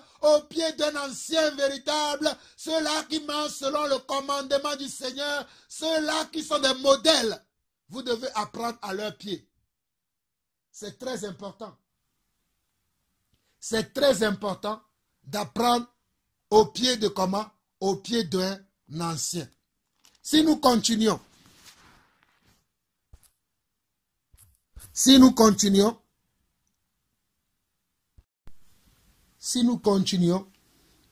nous allons aller voir quelques passages dans 2 Corinthiens pour vous faire comprendre que lorsqu'on apprend au pied d'un ancien, on devient comme cet ancien-là.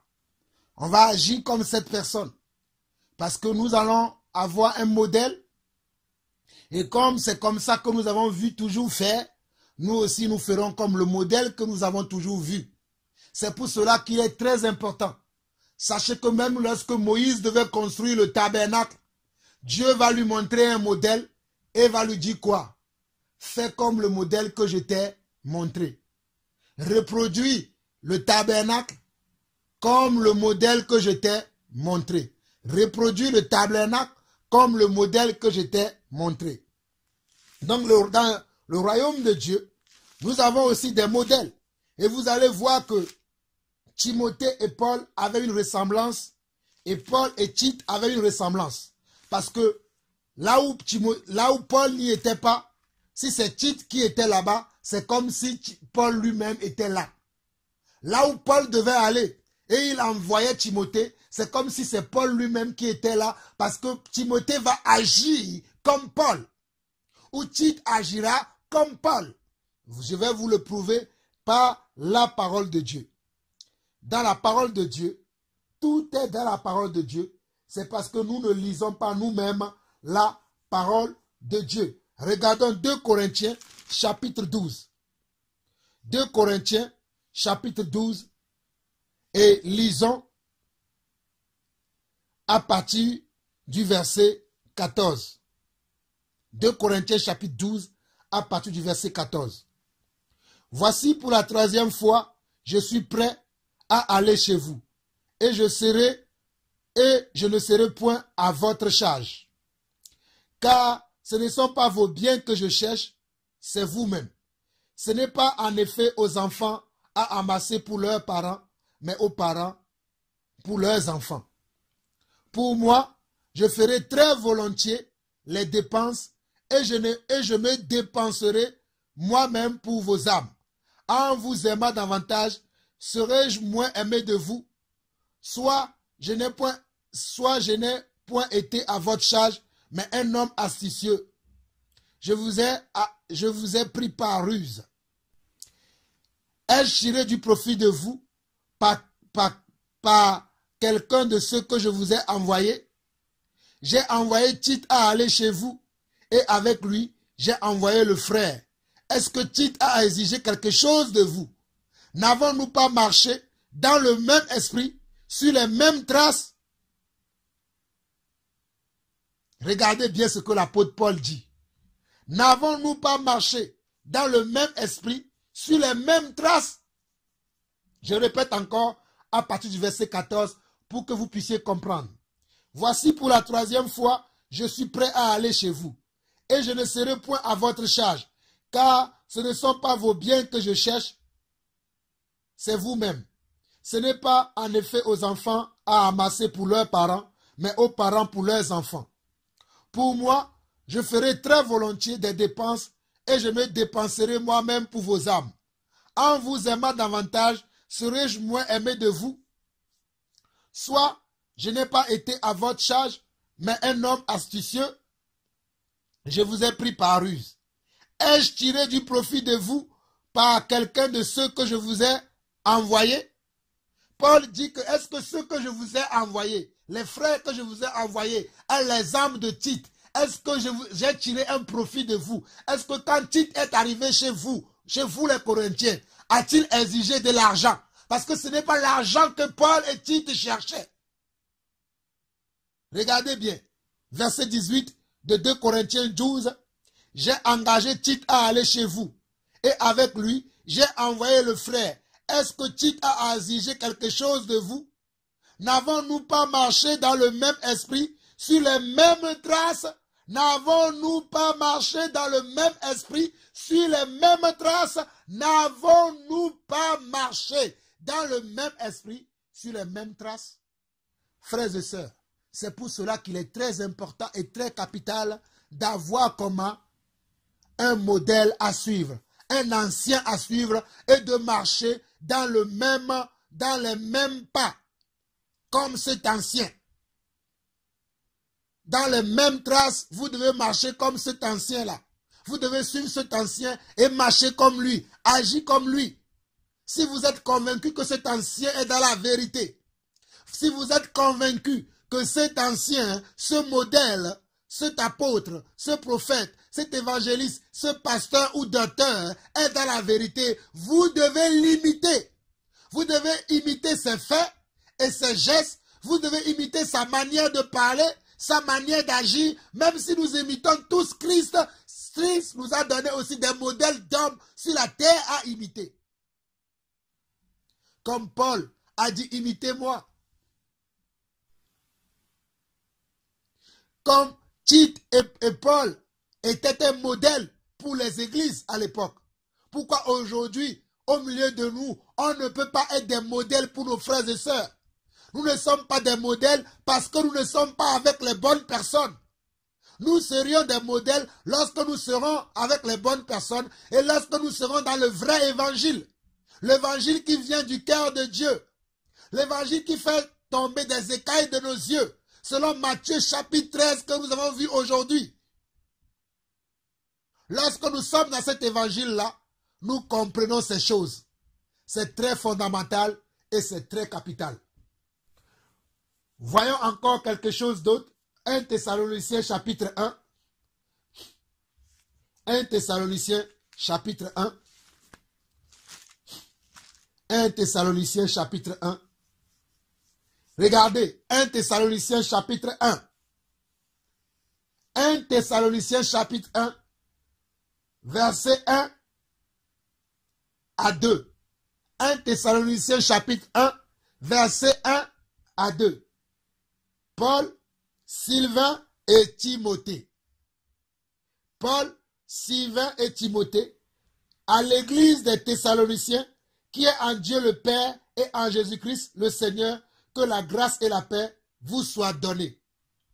Nous rendons continuellement grâce à Dieu pour vous tous, faisant mention de vous dans nos prières. Regardez, Paul, Sylvain et Timothée, à l'église des Thessaloniciens, qui est en Dieu le Père et en Jésus-Christ le Seigneur, que la grâce et la paix vous soient données. Nous rendons continuellement grâce à Dieu pour vous tous, faisant mention de vous dans nos prières. Qui écrit cette lettre? 3 personnes. Paul, Sylvain et Timothée. Paul était le grand apôtre. Sylvain et Timothée étaient des personnes que Paul a engendrées dans la foi, mais qui étaient devenus ses compagnons de comment? Ses compagnons d'œuvre. Et ces personnes imitaient Paul. Et ensemble, les 3 personnes ont écrit une lettre aux Thessaloniciens. Ensemble, ces 3 personnes qui sont devenues des modèles, qui sont devenues des icônes dans le royaume de Dieu, Ils ont écrit comment? Une lettre comment? Aux Thessaloniciens. Regardez 2 Thessaloniciens, chapitre 1. 2 Thessaloniciens, chapitre 1. Regardez encore. Paul, Sylvain et Timothée à l'église des Thessaloniciens qui est en Dieu, notre Père, et en Jésus-Christ, le Seigneur, que la grâce et la paix vous soient données de la part de Dieu, notre Père, et du Seigneur Jésus-Christ. Nous devons, frères, rendre continuellement grâce à Dieu à vos sujets, comme cela est juste, parce que votre foi fait de grands progrès et que l'amour de chacun de vous tous à l'égard des autres, augmente de plus en plus.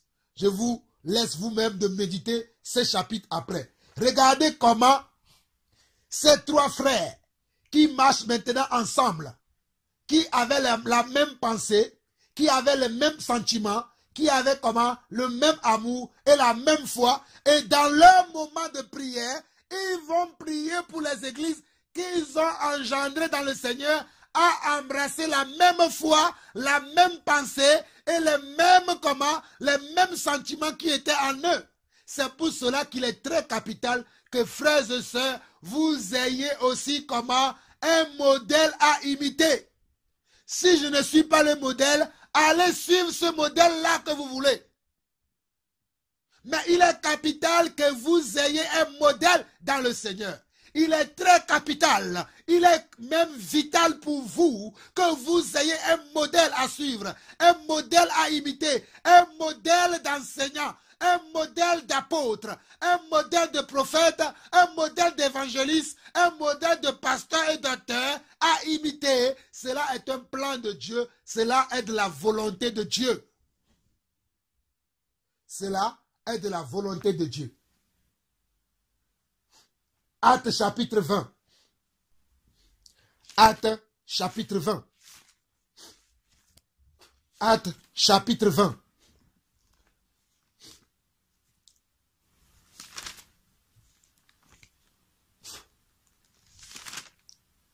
Actes chapitre 20, à partir du verset 17.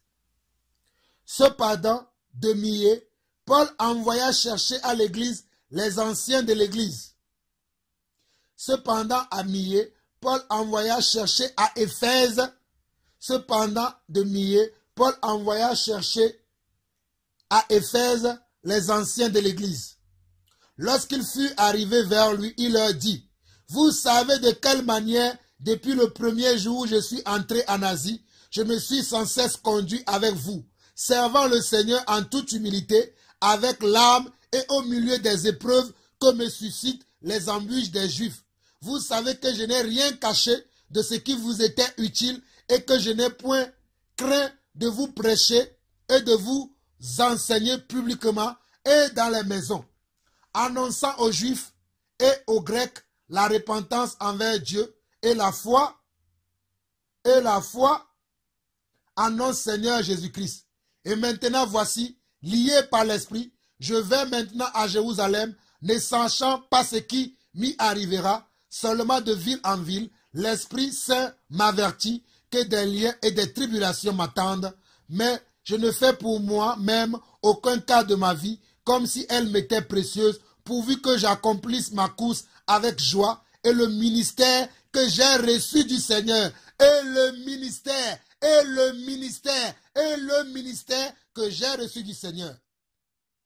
Jésus, d'annoncer la bonne nouvelle de la grâce de Dieu, et maintenant voici, je sais que vous ne verrez plus mon visage, vous tous au milieu desquels j'ai passé en prêchant le royaume de Dieu. C'est pourquoi je vous déclare aujourd'hui que je suis pur du sang de vous tous, car je vous ai annoncé tout le conseil de Dieu sans rien en cacher. Mes frères, je vous encourage vous-même à lire la suite jusqu'à la fin de ce chapitre 20. Quand vous allez suivre cet enseignement vous-même, lisez à partir du verset 17 jusqu'à la fin. Moi, je m'arrête au verset 27 parce qu'il y a d'autres versets que je voulais vous faire voir. Car je vous ai annoncé tout le conseil de Dieu sans rien cacher. Regardez ce que Paul va faire. Paul va appeler les anciens qu'il a formés. Les anciens qu'il a formés pour que ces anciens-là, imitent Paul, pour que ces anciens-là suivent le modèle de Paul, pour que ces anciens prêchent le même message que Paul a prêché, pas un autre message. Pas un autre message, mais le même message que Paul a prêché. Paul va s'assurer, avant de partir, il va les réunir et leur dire, vous savez que quand je suis arrivé ici, je vous ai annoncé Christ, je vous ai donné tous les conseils, sans rien en cacher. C'est ce que je suis en train de faire, frères et sœurs. C'est Dieu qui m'a appelé à ce ministère et c'est Dieu qui m'a dit, va enseigner à mon peuple l'appel de Dieu sans rien en cacher, afin que mon église soit dans la sagesse et dans la connaissance de ma volonté.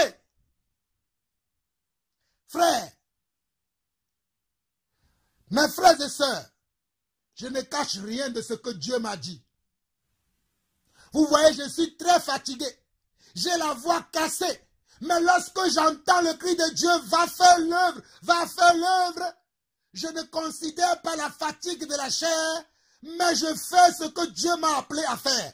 Il est important que vous ayez des anciens qui vous annoncent tout le conseil de Dieu à suivre. Il est très important et très capital, toi mon frère qui m'écoute, peu importe là où tu résides, d'avoir un ancien et que tu suis le conseil de cet ancien-là. Il est très capital. Très capital. 1 Pierre chapitre 5. 1 Pierre chapitre 5. 1 Pierre chapitre 5. 1 Pierre chapitre 5. 1 Pierre chapitre 5. 1 Pierre chapitre 5. C'est Pierre qui écrit et il écrit la même chose comme Paul. Regardez. Voici les exhortations que j'adresse aux anciens qui sont parmi vous. Voici les exhortations que j'adresse à qui? Aux anciens. Le fer aiguise le fer. Toi qui as un appel de Dieu, peu importe l'appel que tu as reçu de Dieu, peu importe ton don dans le Seigneur, trouve un ancien pour être encadré, pour exercer ce don, pour exercer ce talent. Trouve un ancien véritable, un ancien qui n'a pas fait naufrage par rapport à la foi, un ancien qui n'est pas orgueilleux, un ancien qui craint le Seigneur, un ancien qui est dans l'amour des âmes. Trouve cet ancien-là et reste à ses pieds pour apprendre. Voici les exhortations que j'adresse aux anciens qui sont parmi vous. Moi, ancien comme eux, témoin des souffrances de Christ et participant de la gloire qui doit être manifestée.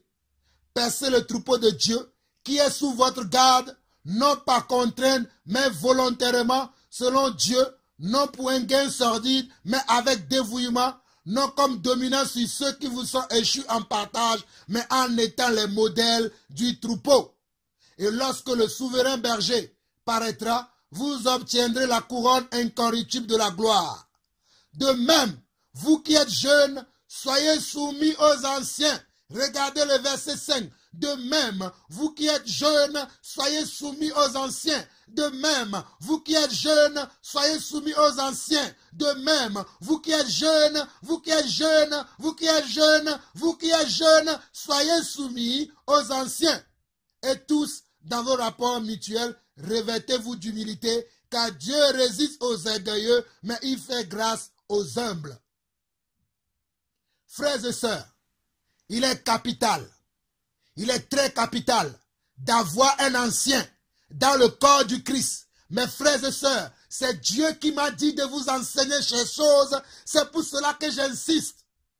Il est très capital pour votre foi, il est très capital pour votre épanouissement spirituel, il est très capital pour votre affermissement spirituel que vous ayez un ancien auquel vous êtes soumis.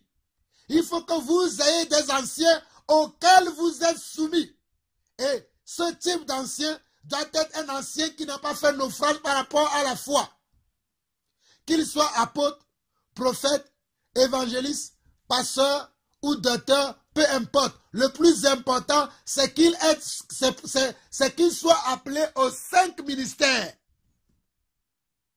Le plus important, c'est que cet ancien-là soit appelé aux 5 ministères, à savoir apôtres, prophètes, évangélistes, pasteurs et docteurs.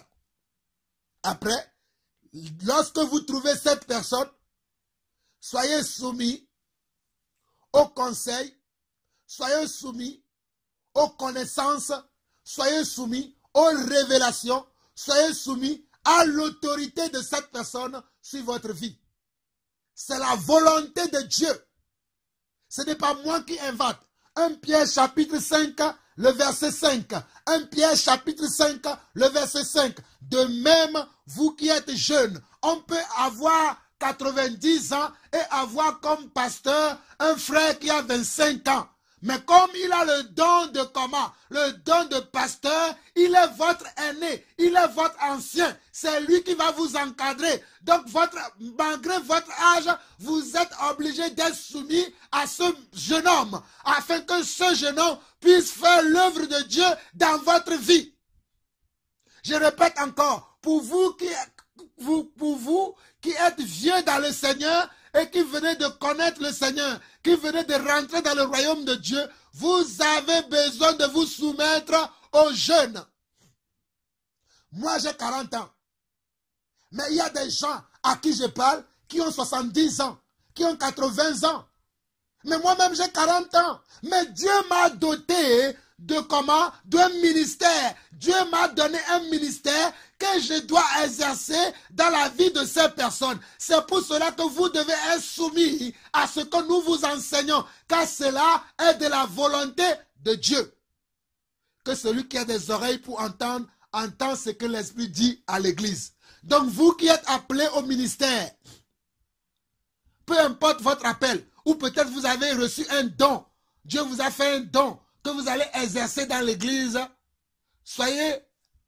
apprenez avec comment? Avec un ancien. Comme ça, l'ancien va vous diriger dans le Seigneur. Il va vous montrer comment utiliser ce don dans le Seigneur, à l'exemple de Jésus-Christ qui a montré aux apôtres comment ils doivent utiliser leurs dons et leurs talents. Comment ils doivent utiliser les dons et les talents dans le corps du Christ. C'est très important. Soyez soumis aux anciens. Je vais lire un dernier passage et nous allons nous arrêter là. Je vais lire 2 derniers passages. Hébreux chapitre 13. Hébreux chapitre 13. Pour vous dire que c'est capital d'avoir des anciens. Hébreux chapitre 13, le verset 17 au verset 18. Hébreux chapitre 13, le verset 17 au verset 18. Obéissez à vos conducteurs et ayez pour eux de la déférence, car ils veillent sur vos âmes dont ils devront rendre compte. Ils veillent sur vos âmes dont ils devront rendre compte. Qu'il en soit ainsi, afin qu'ils le fassent avec joie et non en gémissant, et qu'il ne vous serait d'aucun avantage. Obéissez à vos conducteurs et ayez pour eux de la déférence, car ils veillent sur vos âmes dont ils devront rendre compte. Qu'il en soit ainsi, afin qu'ils le fassent avec joie et non en gémissant, ce qui ne serait d'aucun avantage pour vous. Priez pour nous, car nous croyons avoir une bonne conscience, voulant en toutes choses bien nous conduire. Frères et sœurs, la dernière chose, l'avant-dernière chose que je vous dirai, priez aussi pour nous. Priez pour nous, afin que lorsque nous ouvrons la bouche, que nous ne vous enseignons pas les choses qui sont de ce monde, mais que nous vous enseignons les choses qui viennent réellement du cœur de Dieu. Priez pour nous, jeûnez s'il le faut, mais priez pour moi. Lorsque vous priez, souvenez-vous de moi dans vos prières, comme moi aussi, je fais mention de vous dans mes prières. Souvenez-vous de moi et demandez que Dieu me donne la grâce de le connaître un peu plus davantage, d'avoir un peu plus davantage sa connaissance, ses révélations, afin de vous les annoncer. Que Dieu vous bénisse, frères et sœurs. Que Dieu vous bénisse. Je vais vous donner les passages que je n'ai pas pu lire avec vous, car je vois que ça fait déjà 1h50, parce que beaucoup d'entre vous, vous n'aimez pas la parole, vous vous plaignez que nos enseignements sont longs, mais c'est l'Esprit qui nous conduit. Là, il y a encore beaucoup de versets à voir, mais j'aimerais simplement vous dire que quand vous lisez dans Luc chapitre 10, dans Luc chapitre 10, vous avez vu que Jésus a envoyé comment 12 disciples. Jésus a envoyé 70 disciples.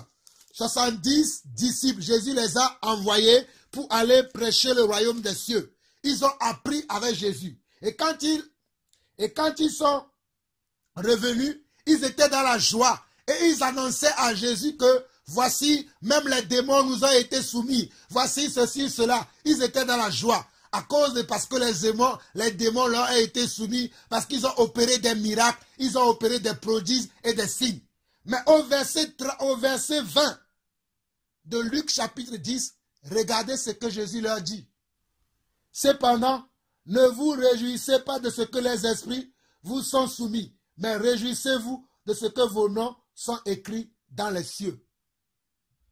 Cependant, ne vous réjouissez pas de ce que les esprits vous sont soumis, mais réjouissez-vous de ce que vos noms sont écrits dans les cieux. Nous sommes dans Luc chapitre 10. Et vous-même, je vous conseille de méditer ces passages, de méditer comment les 12 disciples, les 72 disciples, comment les apôtres, les disciples ont appris avec Jésus. C'est pour cela que je te dis, toi mon frère, toi ma soeur, qui me suit, si Dieu t'utilise à accomplir un miracle, a accompli un signe, a fait un prodige, ne te glorifie pas.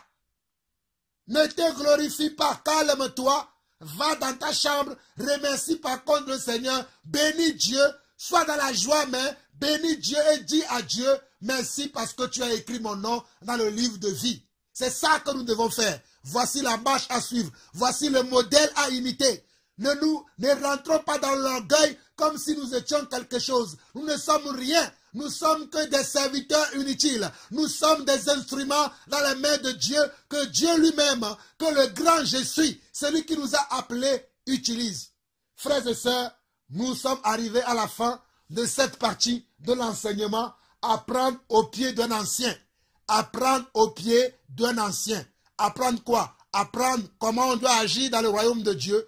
Apprendre comment on doit se comporter, apprendre comment on doit souffrir, apprendre comment on doit aimer, apprendre comment on doit enseigner, apprendre comment on doit être patient. On apprend tout au pied d'un ancien. Voici les passages que nous avons lus aujourd'hui. Il y a certains que je n'ai pas pu lire avec vous, mais je vous les donne quand même afin que vous-même vous les méditez.